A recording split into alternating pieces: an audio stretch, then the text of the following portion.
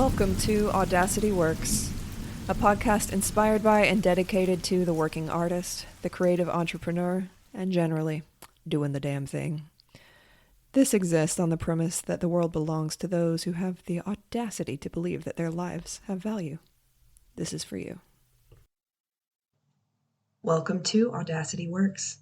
I am your host, Rachel Strickland, and this is episode number 143, and it's about finding balance during crunch time. First things first, I have to apologize for the sound quality of this week's episode. A couple weeks ago, I told you I was going to record all my episodes before I left for Ireland for the Irish Aerial Dance Festival. Well, I didn't do that because I got bit by a snake. So I thought, no worries, I'll take my microphone with me and I'll just record on the Sunday, which is today. And I did pack my microphone and then I unpacked it for two reasons. One, it was too heavy and my suitcase was already 50 pounds. And two, I was on painkillers because I got bit by a snake. That about sums up why it sounds less than ideal today. So thank you in advance for your patience and forgiveness. Week down at the Irish Aerial Dance Festival, and we have 1 week to go. So plenty more ahead of us, and it's been fantastic. Honestly, this has been my most relaxing IADF ever because I am in a wheelchair. So one, I can't participate in anything. Several people, very well-meaning, like, you could do harness, or like, surely you could do sear wheel with 1 foot. Like, this is a terrible idea, guys. Because if I give myself an inch, I will take 50 miles and cause permanent damage to my envenomated flesh. So I'm just going to sit here in my chair, not come into the space until 11 a.m. most days, and it's going to be fine. So less exciting, absolutely, but the crack is still mighty here at the Irish Aerial Dance Festival, and I've been loving it, especially just getting to be with everyone and be in the room. The magic in the room cannot be duplicated. Shout out to Maestro there. I am going to report back on what it's been like living in a wheelchair for most of July, but I'm going to do that at the end of July because we're only 2 weeks in. My good people, I've got 2 weeks more in this chair. So we'll see what happens. I want to get the full experience before I report back to you. So today's question came last night. I got it last night in a voice note from my friend Fallon, who asks, how do you find the balance between the art consuming you and the other important things and people in your life? Do you let it overtake you for the months, plural, before and then have a break after? Are you able to find breaks during? If so, how? Can't even be sure that I can watch a movie and enjoy it right now because my brain is all show all the time. So anyone who has experienced crunch time, which is all of you, we can be either producing a show or even just performing in a show or some other like high impact, high sensation event happening in your life that just takes your whole brain over for weeks, sometimes months beforehand. Let's talk about it. So I think the first thing we should attend to is to define balance. I have talked about this before that I get really annoyed at the advice. You're like, it's all about balance because it is absolutely useless advice. Like, I've never been balanced a day in my life. I don't even know what that means. It seems to be some sort of like static destination that you can get to, and then once you get there you'll be fine, but that's not what balance is. Balance is very dynamic, and if we can sort of shift our perspective to think of balance in terms of its dynamism, because it's things happening all at once, tiny corrections, just like standing on one leg. Like standing on 2 legs is a dynamic balance, but we're so used to it that we don't really feel like it, present company excluded for the moment. So think about standing on 1 leg. You're not falling over, you're balanced, but you're also working the whole time. Tiny little shifts. Anyone who's studied handstands knows this as well. So first things first, Let's think about balance in terms of it being a dynamic state rather than a static one. So I'm going to assume that all of you are familiar with this feeling of crunch time and how the event or the show or whatever is happening does tend to take over your life. And the reason that this feels undesirable is because, yeah, we feel really out of balance. It's like, I kind of missed the rest of me. Wonder what happened to it.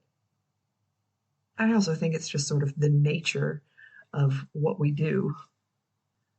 Unless you're in a long running show that just happens 10 times a week, week after week after week.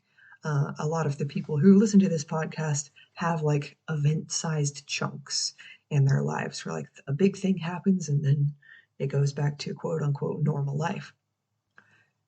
And when a big thing is going to happen, yeah, it's going to take up more of your brain space.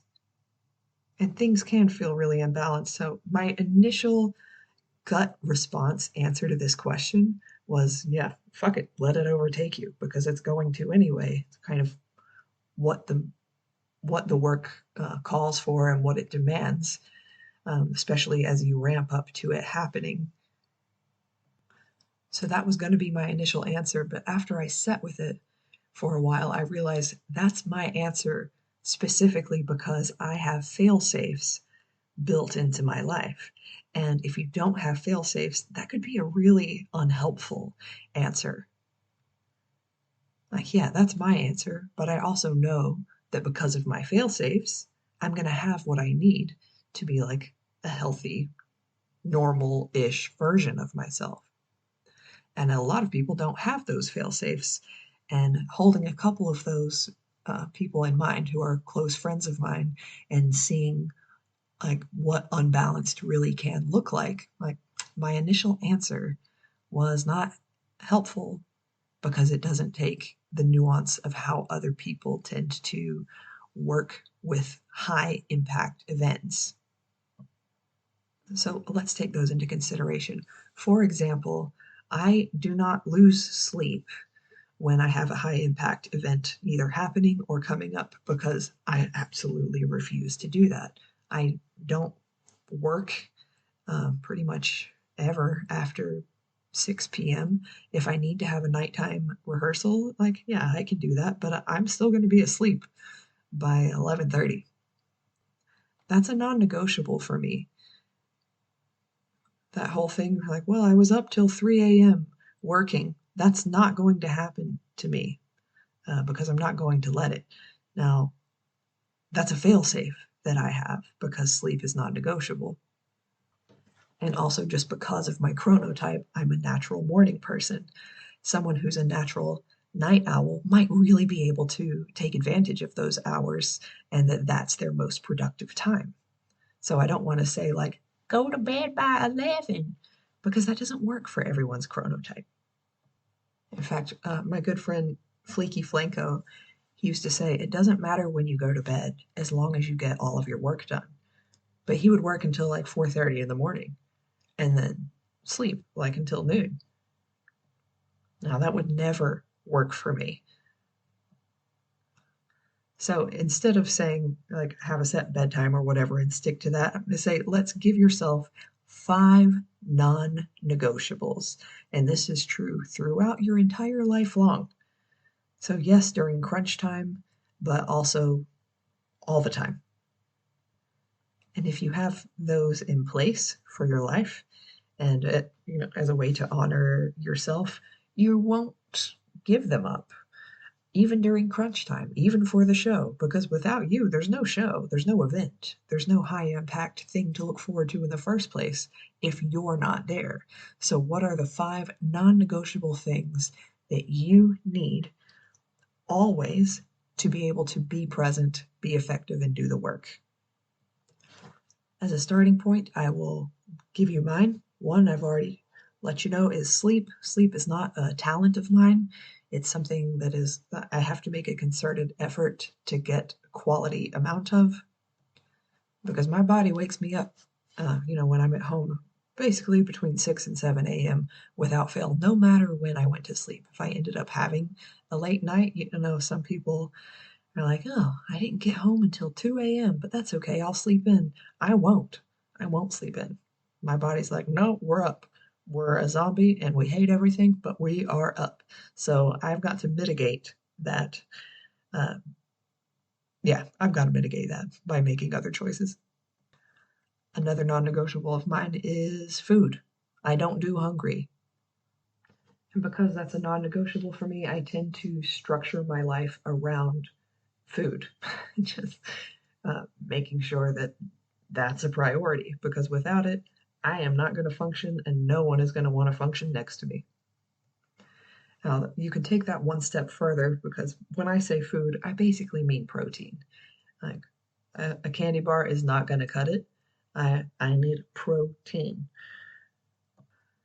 That's partially because of my goals. Some people eat to fuel their brain, some people eat to fuel muscle growth.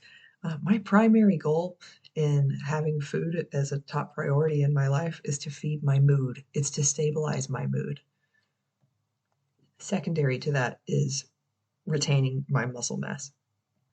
So I'd invite you to ask yourself, when it comes to, I do think food, I'm just going to suggest that food should be a priority for you as well, and perhaps one of your non-negotiables.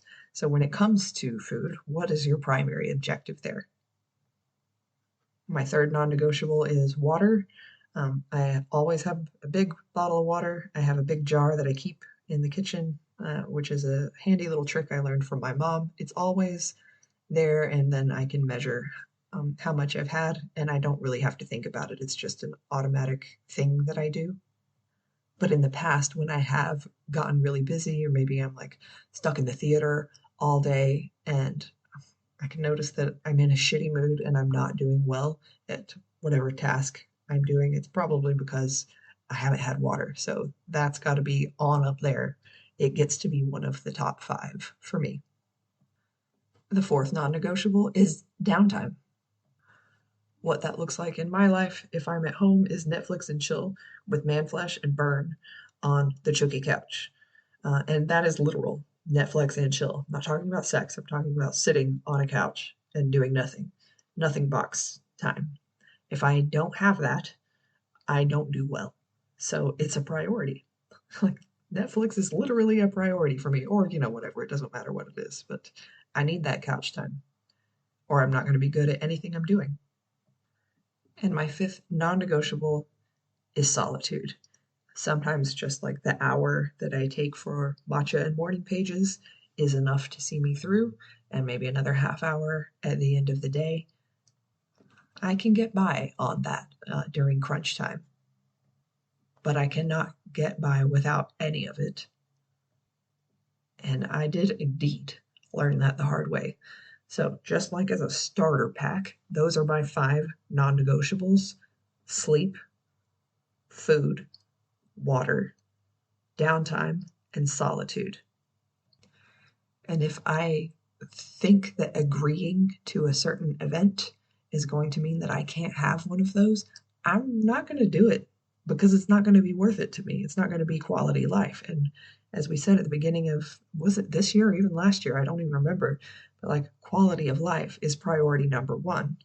And even if you're making great work and like accomplishing great things, if your life sucks, then who cares? Now, I'm not suggesting my non-negotiables should be your non-negotiables. It's just a starter pack. Maybe one of yours is bathing, right? I'm going to be honest with you. This is probably TMI, but I frequently forget to shower. Like sometimes Manflesh will look at me and be like, "How many days has it been since I haven't seen you shower?" And I'm like, "Oh shit!" And then I'll try to remember, and I can't, because it's probably been 2, maybe 3.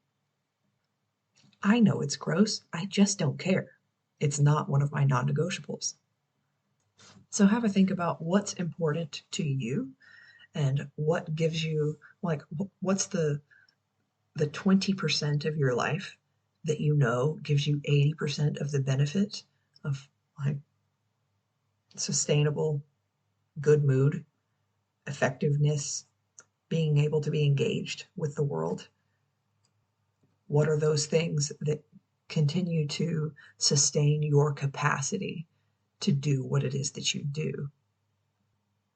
And as much as I love exercise and need it and crave it, it's not one of my non-negotiables. So if it gets down to crunch time, training goes out the window. I'm going to guess that's probably not the case for a lot of y'all. But yeah, it didn't make the cut for me. If I had to pick between like, hey, you can have your alone time today, or you can go work out, like alone time every time. In normal day-to-day life, it is a priority for me, but we're talking about crunch time here. And yeah, that it didn't make the cut for me. What about you? What are your 5 non-negotiables?